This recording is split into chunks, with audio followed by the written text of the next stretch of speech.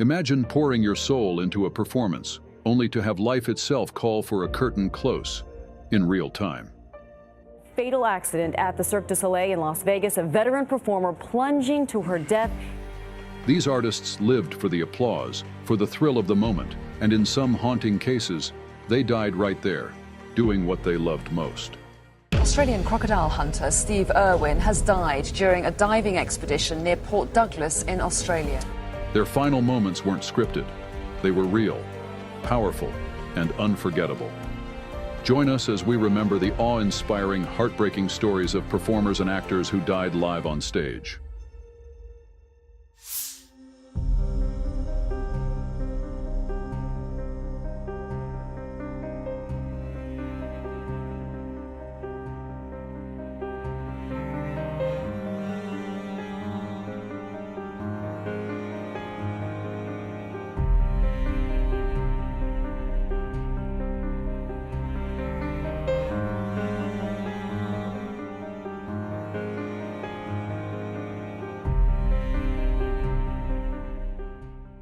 In the early 1950s, Johnny Ace's voice was pure velvet, soulful, romantic, and destined for greatness. Born in Memphis as John Marshall Alexander Jr., he traded gospel for rhythm and blues and quickly climbed the charts with hits like My Song and the aching ballad Pledging My Love. But on Christmas night, 1954, backstage at Houston's City Auditorium, the 25-year-old made a fatal mistake. Known for playing with his pistol, Ace was joking around between sets when he pointed a .32 caliber revolver at himself. Assuring everyone it wasn't loaded, he pulled the trigger. The gun fired. Ace died instantly. It wasn't Russian roulette, as rumors claimed, just a tragic accident rooted in recklessness. Pledging My Love became a posthumous #1 hit, echoing with sorrow. Johnny Ace had the voice of a legend, but not the time to become one. I'll never part from you and your loving way.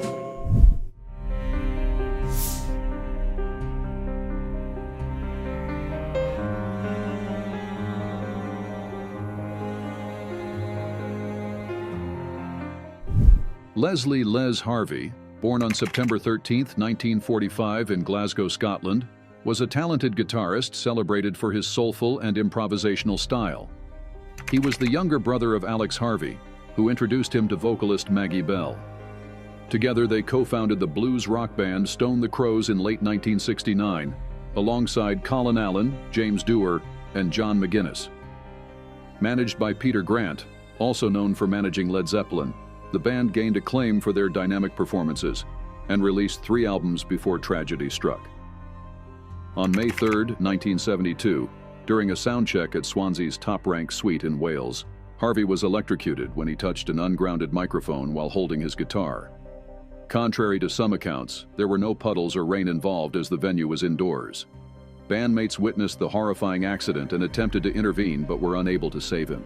He was pronounced dead upon arrival at the hospital at just 27 years old. Harvey's untimely death highlighted the critical need for electrical safety in live music venues. It prompted stricter equipment inspections and safety protocols across the industry, ensuring such tragedies would be less likely to occur in the future.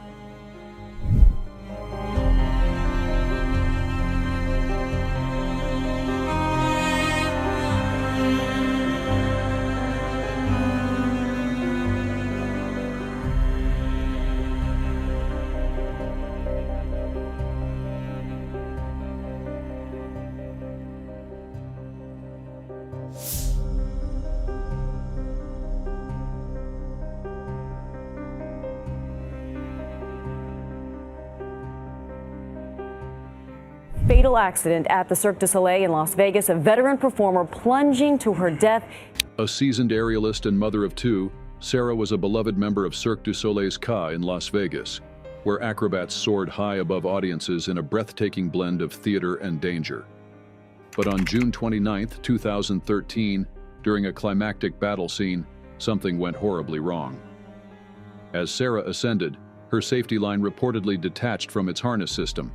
In an instant, she fell over 90 feet into a pit below the stage, out of sight, but not out of earshot. The audience initially thought it was part of the act, until the screams began. One witness with whom I just spoke said he saw the woman plummet more than 50 feet. She was pronounced dead shortly after, the first onstage fatality in Cirque du Soleil's history. Sarah lived to defy gravity, and it was gravity that took her. Her death led to sweeping safety reforms in live aerial performances. Rest in peace.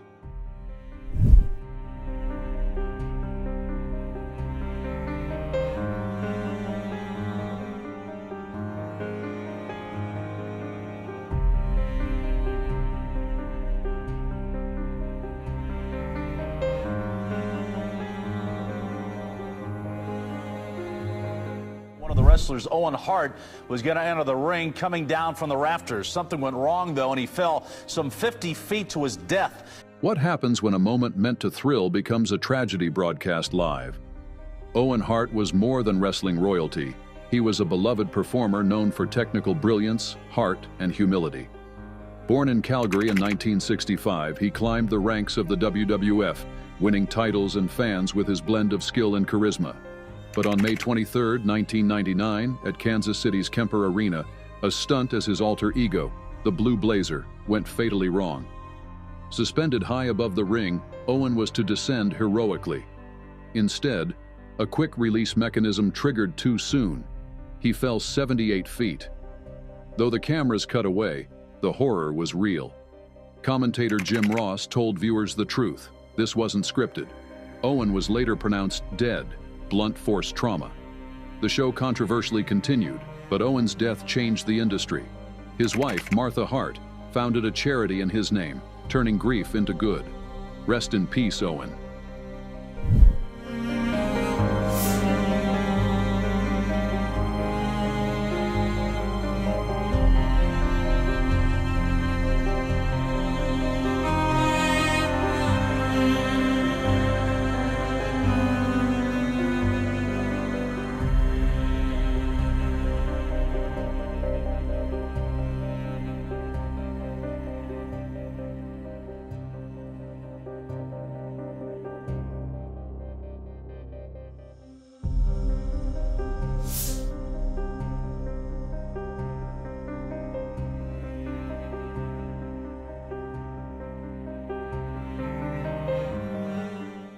G'day, I'm Steve Irwin, and these are highly venomous sea crates. Steve Irwin, the crocodile hunter, was a whirlwind of khakis, energy, and boundless love for wildlife.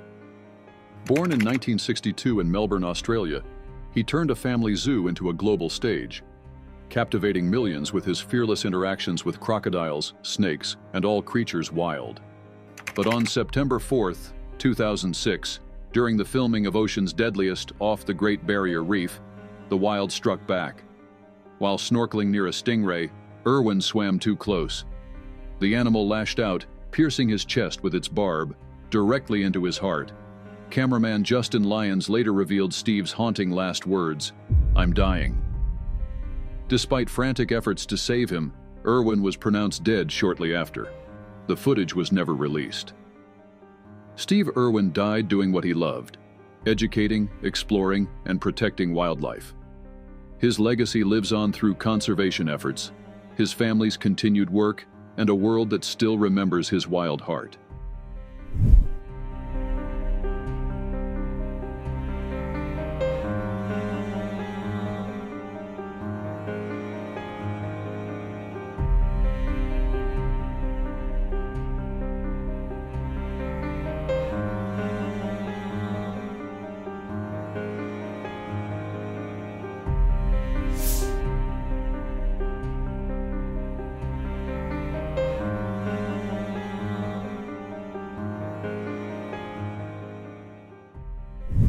What happens when a living legend dies doing the very thing that made him immortal?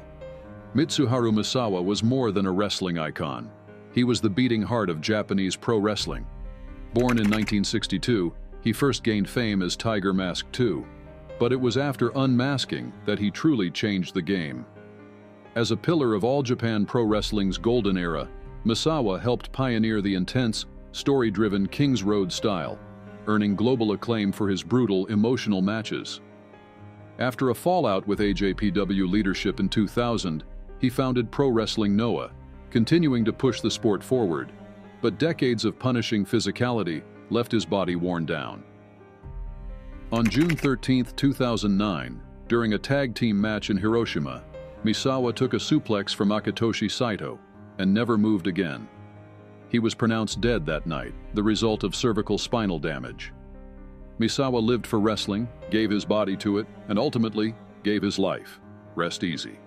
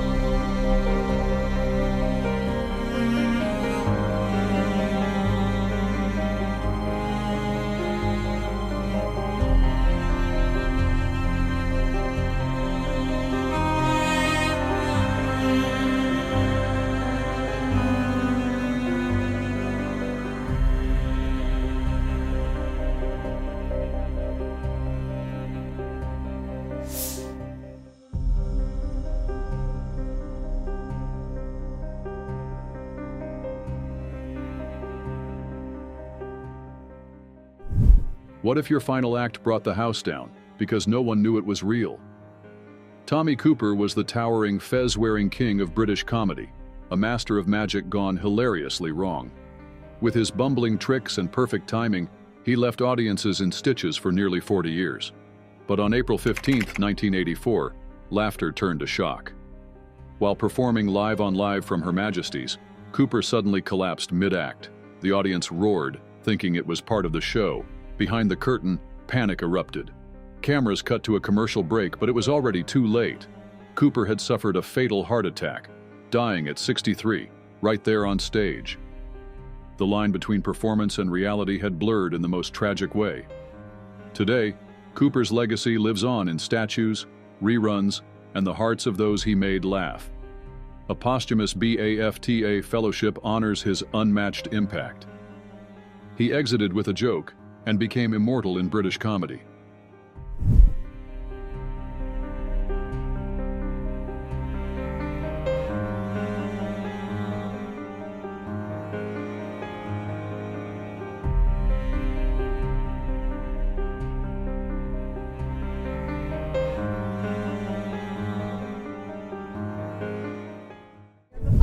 Loving in the moonlight, having a wonderful time.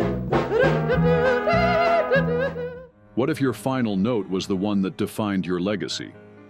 Tiny Tim, ukulele in hand, falsetto voice floating through the air, was unlike anyone else in music.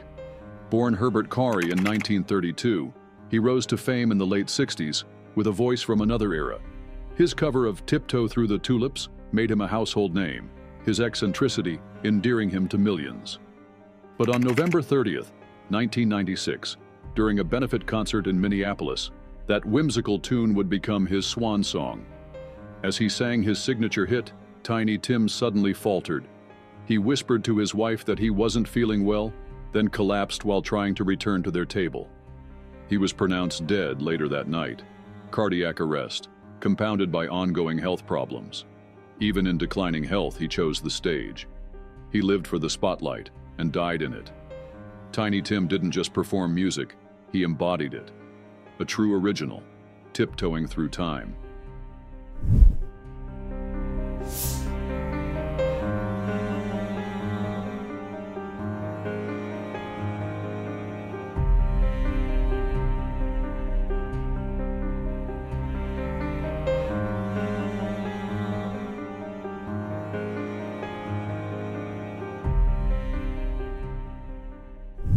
Red Fox, born John Elroy Sanford on December 9, 1922 in St. Louis, Missouri, was a trailblazing comedian and actor celebrated for his sharp wit and groundbreaking humor.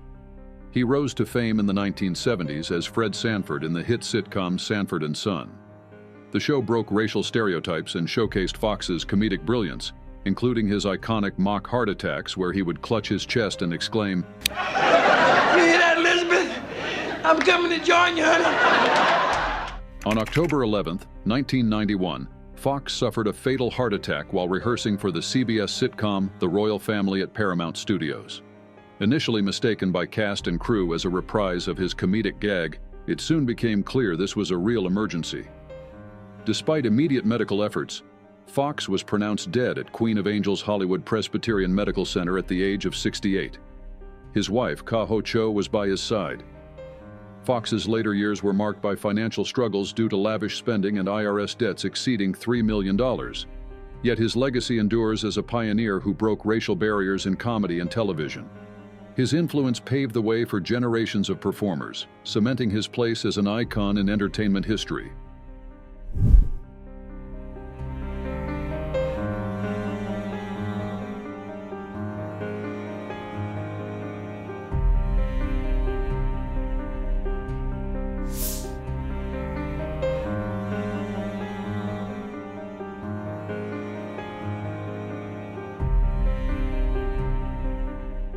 High wire artist Carl Wallenda, possibly the world's best-known circus performer, fell to his death today doing an outdoor stunt in Puerto Rico.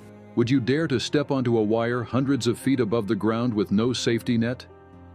For Carl Wallenda, founder of the Flying Wallendas, that was life.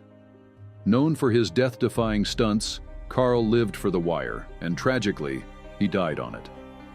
On March 22, 1978, at 73 years old, Carl attempted a high wire walk between two towers in San Juan, Puerto Rico. With wind gusts swirling and no harness to catch him, he lost his balance. Cameras rolled as the legendary daredevil fell to his death. He chased glory to the very end, and the wire tragically claimed him.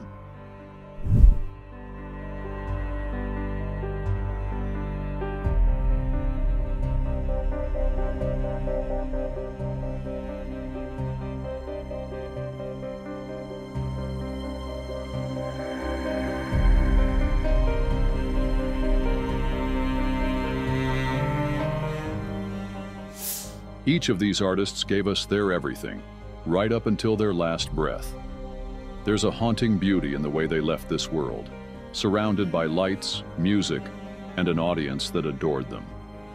But behind the applause lies the echo of loss, and the reminder that even legends aren't immune to fate. Which of these stories touched you the most? Let us know in the comments. Your voice is part of keeping their memory alive. If this moved you, don't forget to like and subscribe so we can continue honoring the souls who shaped the stage. Until next time, remember, some curtains never truly close, as long as we keep their stories alive. See you in the next one, legends.